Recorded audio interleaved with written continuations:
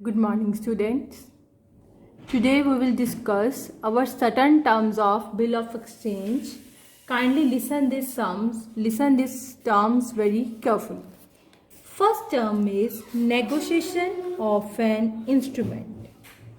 क्या term है ये? Negotiation of an instrument. Negotiation of an instrument. Negotiation का मीनिंग होता है बेटा ट्रांसफर. क्या मीनिंग होता है? Transferred of an instrument. आप अपना instrument like bill of exchange, promissory note किसी को ट्रांसफर कर देते हो. ठीक है. लाइक फॉर एग्जाम्पल आपने किसी को आप हो, आपका नाम है एक्स, आपने एक चेक है आपके पास, आपने वाई को दिया है कि आपने सेफ कस्टडी में रख ले, अपने पास रख ले. ठीक है, संभाल कर रख ले. अब क्या वाई ऑनर हो गया? नो. अगर चेक उसके पास है, ये नहीं कि जिसके पास चेक है वो ऑनर है, या आपने उसको चेक दे दिया तो मीन्स उसको ट्रांसफर कर दिया, ऐसा कुछ भी नहीं है. ठीक है, मीन्स आपको उसको पूरा टाइटल देना है. सेफ कस्टडी में दे दिया तो it is not the negotiation. ठीक है, आपने चेक के ऊपर साइन करके, चेक किसके नाम पे लिखा है? वाई के. चेक किसके नाम पर लिखकर? वाई के नाम पर लिखकर चेक वाई को दे दिया. अब चेक वो किसका हो गया?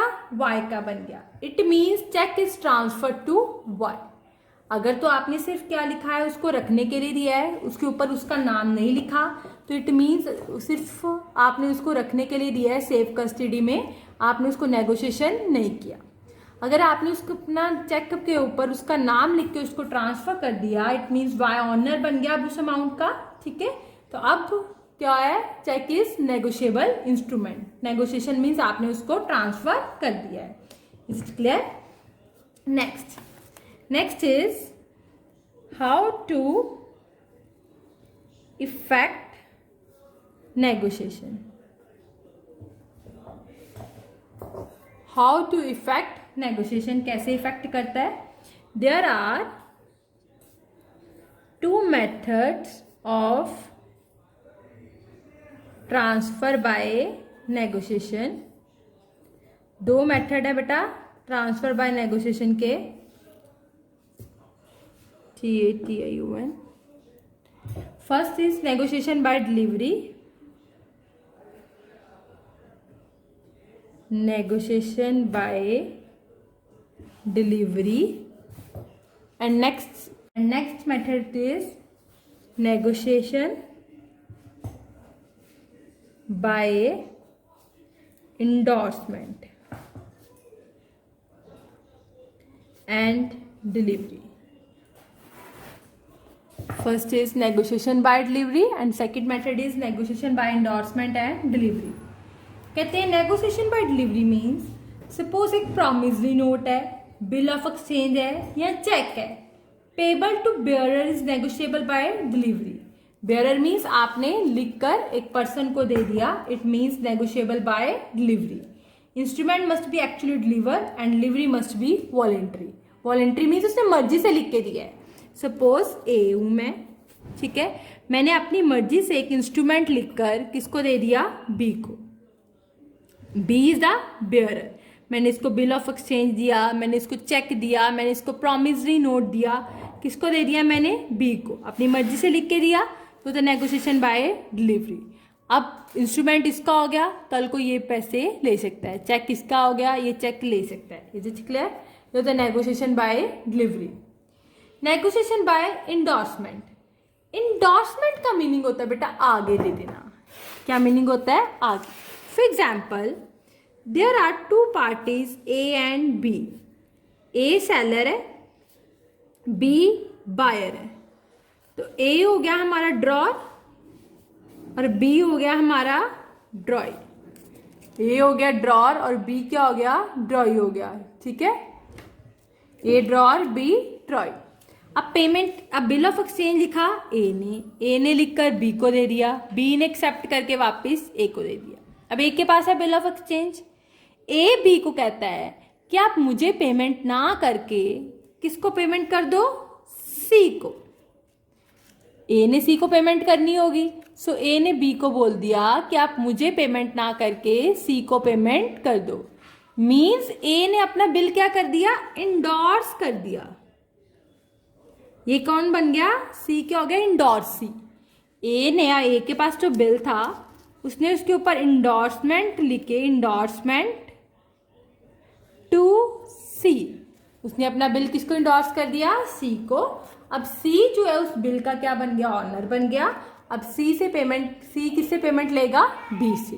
ओके, ये होता है इंडोर्समेंट। क्लियर है? ओके, आई होप आपको मीनिंग ऑफ इंडोर्समेंट क्लियर हो गया हो।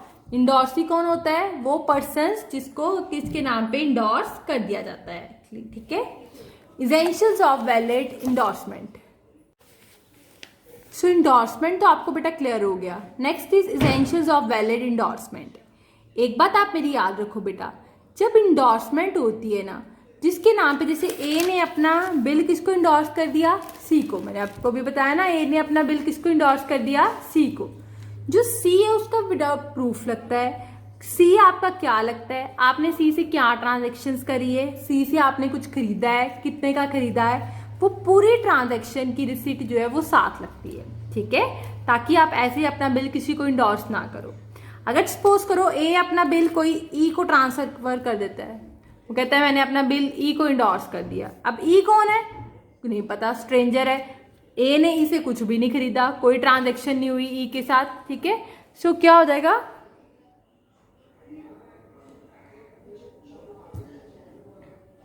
ए के लिए ई क्या है, स्ट्रेंजर है। ए के लिए ई क्या है, स्ट्रेंजर है, उसके साथ कोई भी ट्रांजेक्शन उसकी नहीं हुई। ठीक है, सो ये इंडोर्समेंट जो है वैलिड नहीं मानी जाएगी, मतलब ये वॉइड हो जाएगी, कैंसिल हो जाएगी। कि ए सी को इंडोर्स कर सकता है जिसको वो जानता है, जिसने उसने जैसे गुड्स कुछ उधार लिए हैं, बट ए जो है जिसको कोई स्ट्रेंजर है, जिसको नहीं जानता ई, उसको अपना बिल इंडोर्स नहीं कर सकता।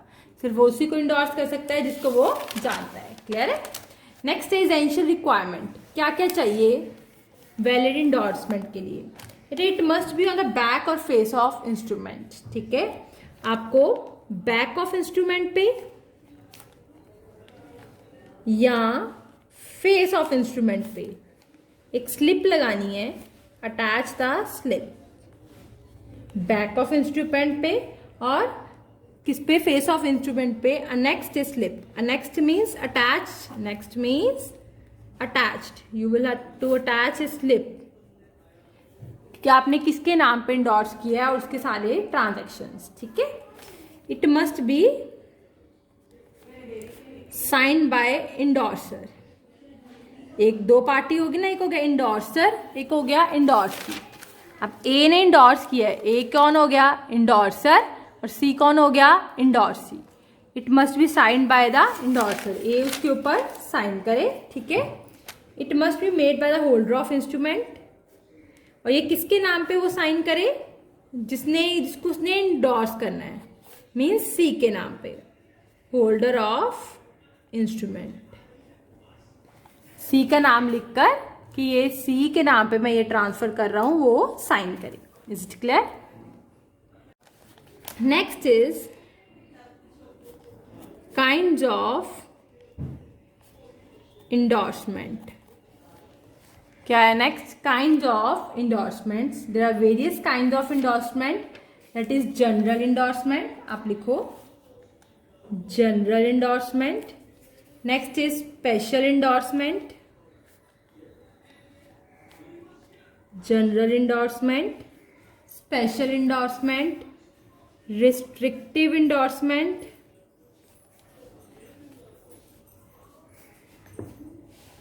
next is partial endorsement, general, special, restrictive and partial endorsement. Next is conditional endorsement, conditional endorsement. ठीक है बेटा, कंडीशनल इंडोर्समेंट के आगे हमारी 4 इंडोर्समेंट्स होती हैं। कंडीशनल के आगे 4 हैं, A B C D.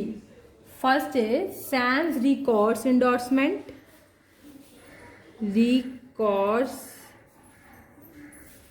Endorsement. Next is facultative endorsement.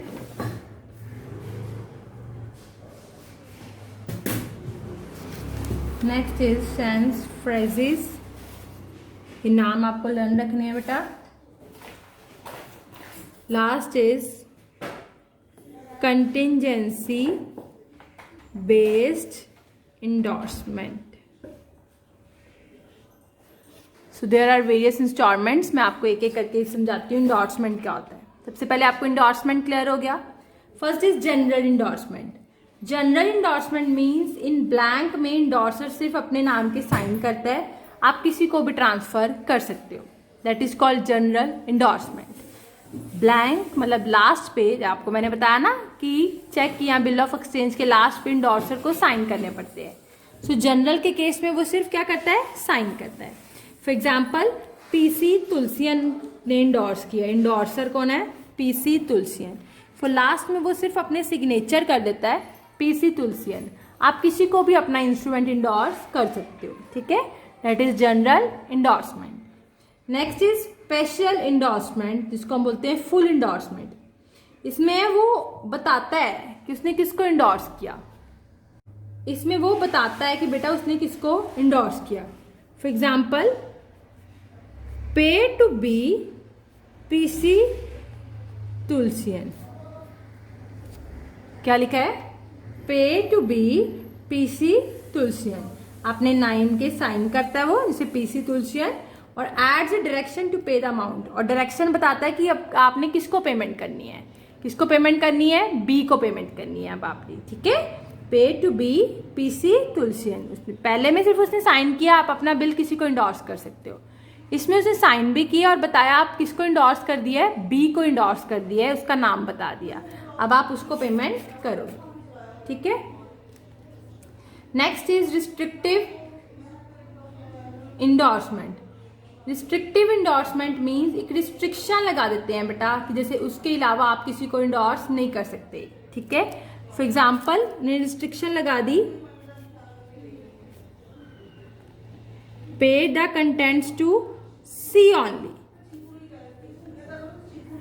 पे the contents to C only, कि आप सिर्फ किसको इंडोर्स करोगे, सी को इंडोर्स करोगे, इसके अलावा आप किसी को इंडोर्स नहीं करोगे. That is called restrictive endorsement. Next is partial endorsement. Partial means half. आप सारा बिल इंडोर्स नहीं करते, हाफ पे करते हो. For example in case of bill rupees 1000 का है, पे रुपीज 500 टू सी. ठीक है, पार्शल मीन्स हाफ इंडोर्समेंट की है. अगर बिल 1000 का है तो आपने हाफ इंडोर्समेंट कितने की कर दी, 500 की. That is partial endorsement. Clear है. Next is conditional. कंडीशनल का मीनिंग होता है कोई ना कोई आप कंडीशन लगा देते हो, कोई शर्त लगा देते हो कि आप तभी इंडोर्स करोगे अगर ये पूरा होगा. कोई लिमिट सेट कर देते हो. ठीक है, और इससे क्या होता है, हमेशा मेरी बात याद रखना, कंडीशन सेटिस्फाई होता है, it negatives the liability of endorser. negatives the liability of endorser. Means मैंने आपको बताया था, ए ने अपना बिल किसको दिया, ए और बी में ट्रांजेक्शन हो रही है. ए ने अपना बिल किसको दे दिया, सी को, और बी को बोल दिया कि अब आप सी को पेमेंट कर दो. ठीक है, और सी को बोल दिया आप बी से पैसे ले लेना. सपोज अगर आपको बी पेमेंट नहीं करेगा तो मैं पेमेंट करूंगा. ठीक है, अगर आपको बी पेमेंट नहीं करेगा तो मैं पेमेंट करूंगा. बट कंडीशन में क्या होता है, ये ऐसा नहीं बोलता. इसकी लायबिलिटी नेगेटिव मीन्स फिनिश हो जाती है इंडोर्सर की. ये बोलता है कि आपको बी से ही पैसे लेने हैं, ये कंडीशन होती है. ठीक है, और नेगेटिव द लायबिलिटी ऑफ इंडोर्सर, ये इंडोर्सर है, इसकी लायबिलिटी क्या हो जाती है, फिनिश हो जाती है. बाकी केस में इसकी लायबिलिटी फिनिश नहीं होती. अगर ये नहीं पे करेगा इसको पे करना पड़ेगा. बट कंडीशनल इंडोर्समेंट के केस में इसकी लायबिलिटी फिनिश हो जाती है.